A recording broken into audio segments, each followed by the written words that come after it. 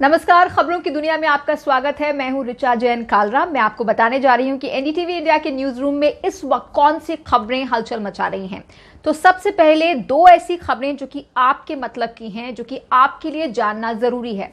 तो क्या जानना जरूरी है आपके लिए? आपके लिए ये जानना जरूरी है कि लॉकडाउन के वक्त में अपने काम को आगे बढ़ाने के लिए, बिजनेस को आगे बढ़ाने के लिए या दूसरे लोगों से संपर्क करने के लिए जिस जूम प्लेटफॉर्म का, मीट ऐप का बड़े पैमाने पर आजकल इस्तेमाल किया जा रहा है, सरकार ने लोगों को आगाह किया है कि ये एक सेफ ऑनलाइन प्लेटफॉर्म नहीं है। जी हां, केंद्रीय गृह मंत्रालय ने, मिनिस्ट्री ऑफ होम अफेयर्स ने इसे लेकर एडवाइजरी जारी की है और कहा है कि इसके जरिए लोगों का डेटा चुराया जा सकता है। ये हैकर्स के निशाने पर है और यही कारण है कि एमएचए ने, मिनिस्ट्री ऑफ होम अफेयर्स ने अपने तमाम लोगों को कहा है, अपने कर्मचारियों और अधिकारियों को कहा है कि वो वीडियो कॉन्फ्रेंसिंग के लिए इस मीट ऐप का इस्तेमाल ना करें और आम लोगों को भी आगाह किया है कि उनका डेटा चोरी हो सकता है।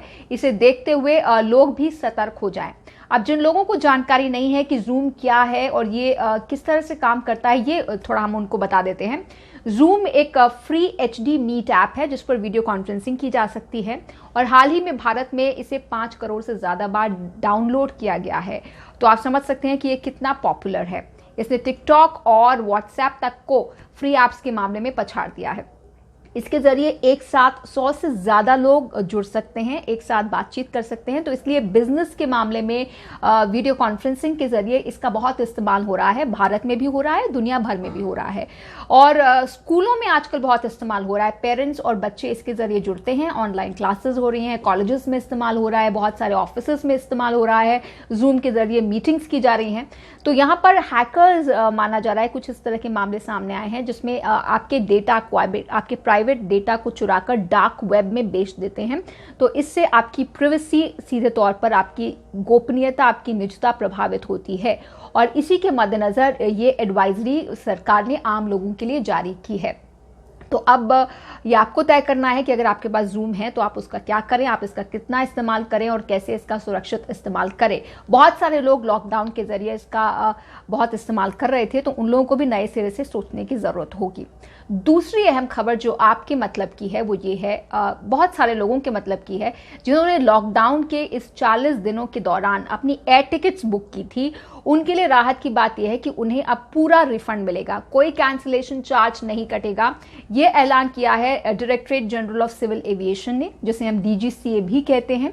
दरअसल हुआ ये कि इन 40 दिनों के दौरान जिन लोगों ने भी टिकट्स बुक की थी, उन्होंने अपनी विमान कंपनियों को, एयरलाइंस को संपर्क किया और कई मामलों में ये शिकायत पाई गई कि विमान कंपनियां या तो ये कह रही हैं कि आप बाद की किसी तारीख की टिकट लेने या वो पूरा रिफंड देने से कतरा रही थी।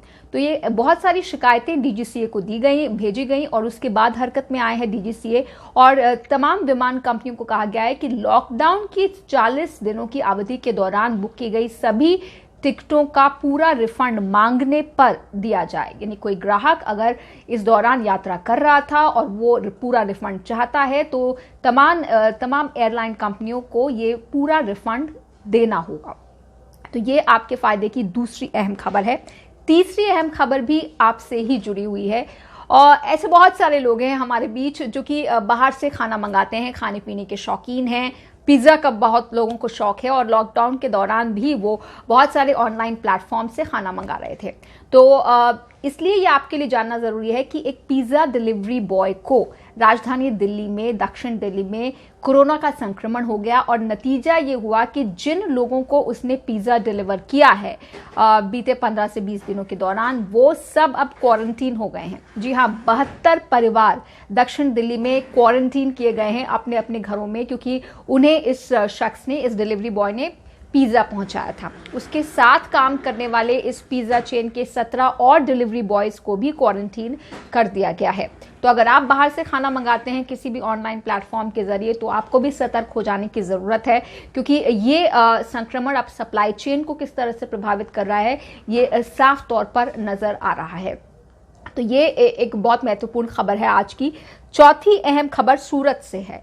सूरत हम जानते हैं गुजरात का एक बड़ा औद्योगिक शहर है और सूरत में सबसे ज्यादा प्रवासी मजदूर, दूसरे राज्यों से काम करने वाले मजदूर आते हैं। इसे एक टेक्सटाइल हब भी कहा जाता है।